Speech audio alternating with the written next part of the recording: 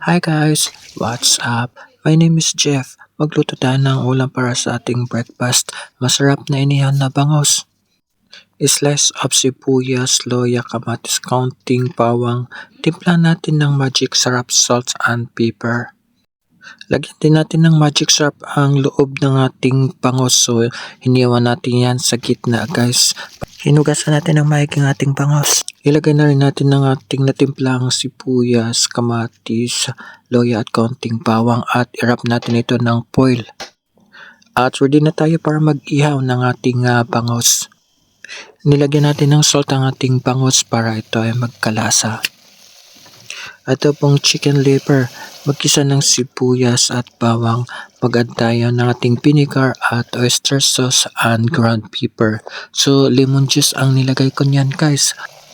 Mag-add ng konting water at antayin nating maluto ang ating chicken liver or mag-evaporate ang kanyang sabaw.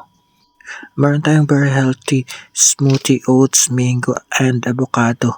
At nilagyan pa natin ito ng assorted nuts. So, meron tayong cashew nuts and almonds. Nagad tayo ng ating milk powder. At nagad pa tayo ng fresh mint leaf para super yummy ito at healthy. Maglalagay lang tayo ng ating water. At blend it well. Meron na tayong masarap, very healthy smoothie. Oats, mango, avocado, and assorted nuts at meron pa siyang fresh mint leaf.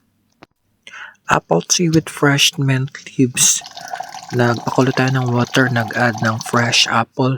Nagdagdag lang ako ng 5 pirasong cloves at yung ating tea. So, yung seed ng tea.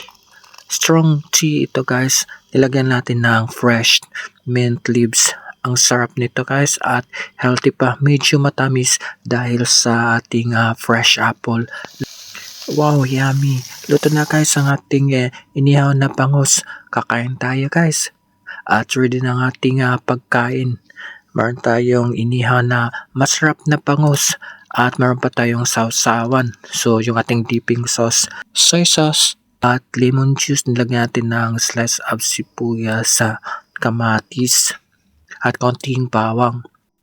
Masarap na chicken na to pong liver. Ang sarap nito guys ng ating pagkakaluto dahil sa ating oyster sauce at konti lang ang apoy para super yummy ito.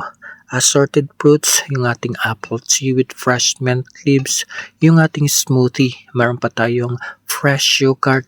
Kain tayo guys. Mapaparami tayo ng kain ito. Let's enjoy the food and thank you so much for watching. I'll see you for my next vlog.